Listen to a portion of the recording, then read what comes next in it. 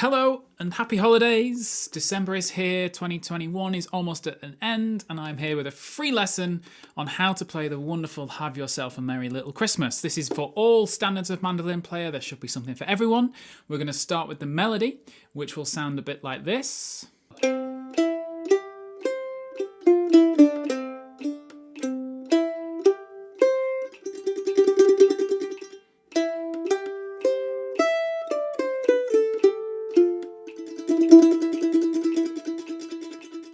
And then for chords, we're going to do something a little different. We're going to learn sort of more of an accompaniment rather than the chords. And that will sound a bit like this.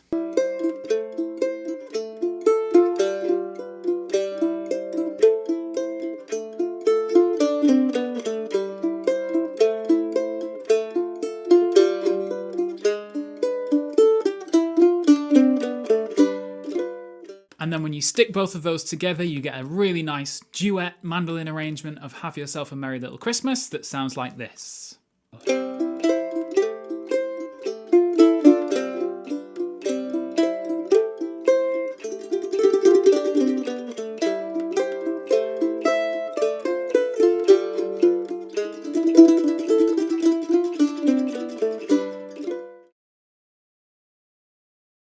Before we dive into this lesson, I should say that everything we talk about in the next 10-15 minutes or so is included on a free PDF, which if you're on YouTube, just click the link in the description below and you'll have all the tabs of music in front of you.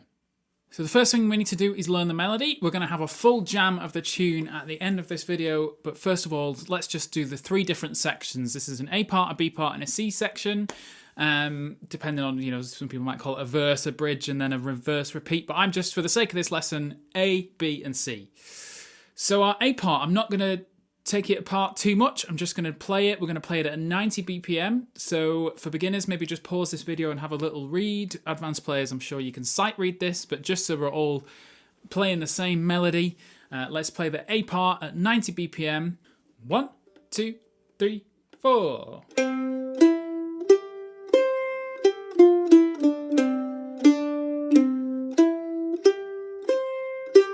2, 3, 4.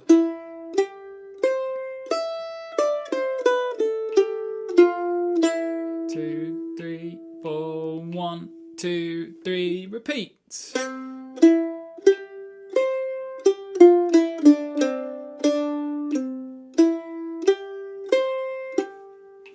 3, 4.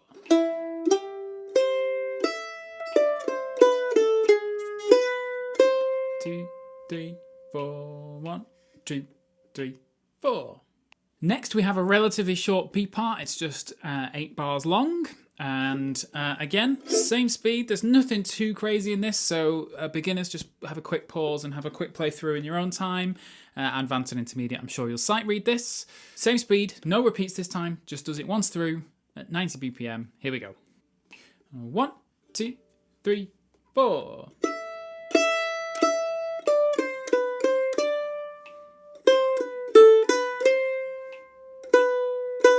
2, 3, 4.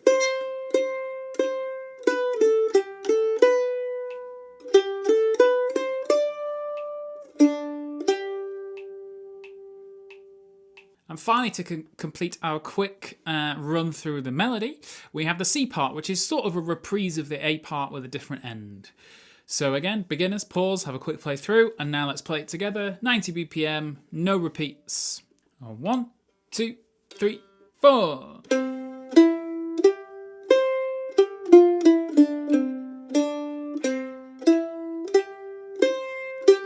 2, 3, 4.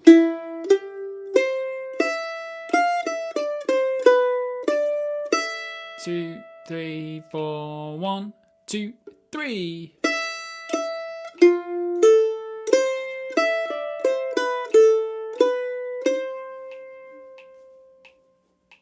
Like I said earlier, we're going to play that in full at the end of this video. Just a small note, you're welcome to tremolo some of those long notes. So the end of the first phrase.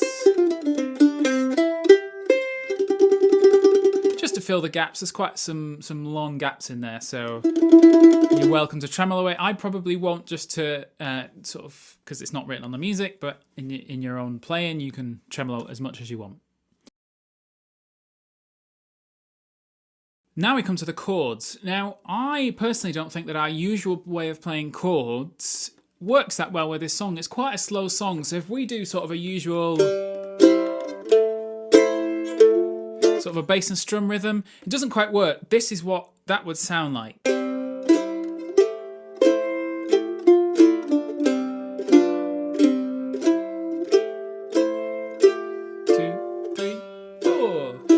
So it's perfectly fine. There's nothing wrong with it. You know, if you're learning this song to sort of play with someone singing it and you're struggling with the chords, the bass and strum will get you out of any situation.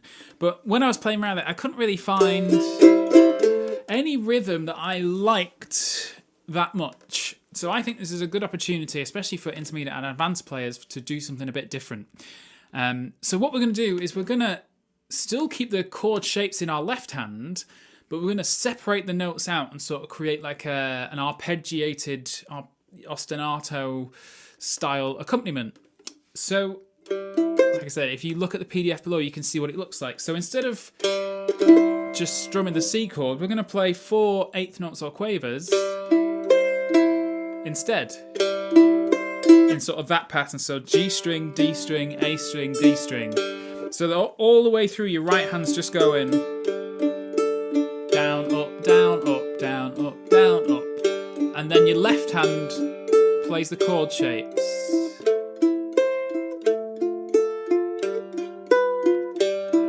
So you almost have to separate your brain into doing 2 completely separate things. Set your right hand going like that, so you can focus on this hand. So if we just play that round, I'm just going to loop the first 2 bars. So C, A minor, D minor, and G7.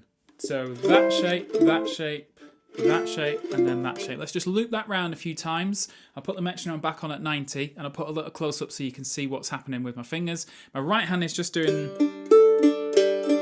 that. So here we go.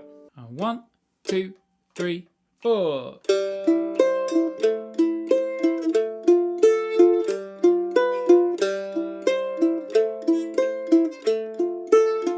And again, C, A minor, D minor, G7, C.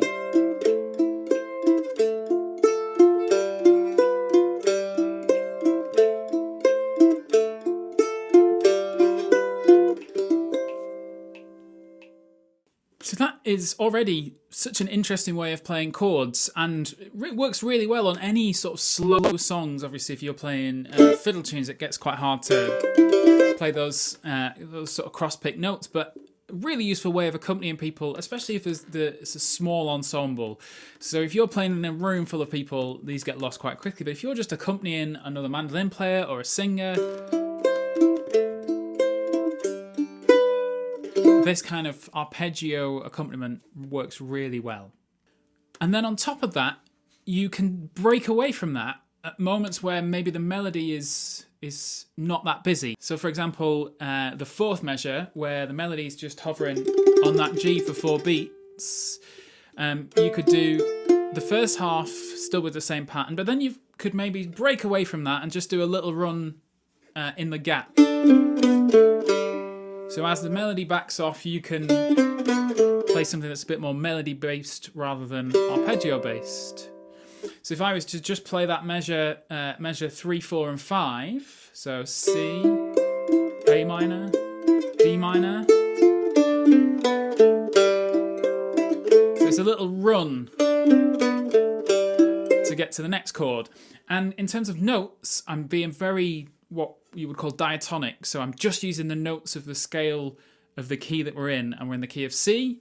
So I'm just using C, D, E, F, G, A, B, and C to write these, apart from one accidental to get me into an A minor chord. But on the whole, just using the diatonic notes. For advanced players, I would like you to write your own little fills. So I've listed the main ones. So it's sort of in the first time bar. There's one in the B part. That one that I've just done there. You could go. There's an infinite. There's sort of you've got almost 2 bars of free of the melody where you can fill in with whatever you like. And this takes a bit of trial and error. When I wrote this yesterday, it was quite a while of deleting phrases I didn't like, and so don't worry about the trial and error. You're not going to nail it every time. But for intermediate players, you don't have to write your own just yet. You can just play what I've written there. The only thing left to do for this Christmas free lesson is to join those 2 parts now. We've got our melody that we played earlier, and we've got our chords, which I've exampled. We haven't played through all of it yet, but we've got the example. Now let's stick them together and do the duet arrangement of Have Yourself a Merry Little Christmas at 90 BPM. 1, 2, 3, 4.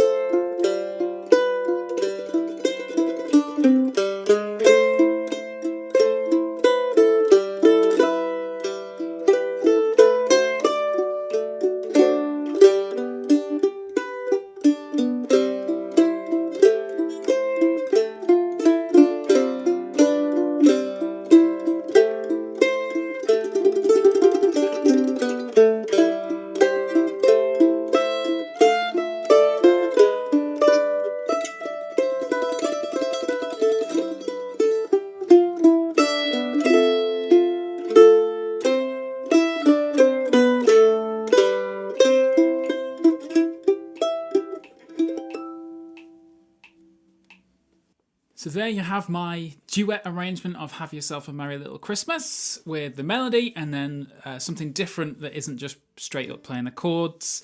And I do encourage you to write your own version of those sort of cross picks. It's a really fun little exercise, and you can do it to any other tune, any other Christmas song that is sort of similar to this one. There's quite a few.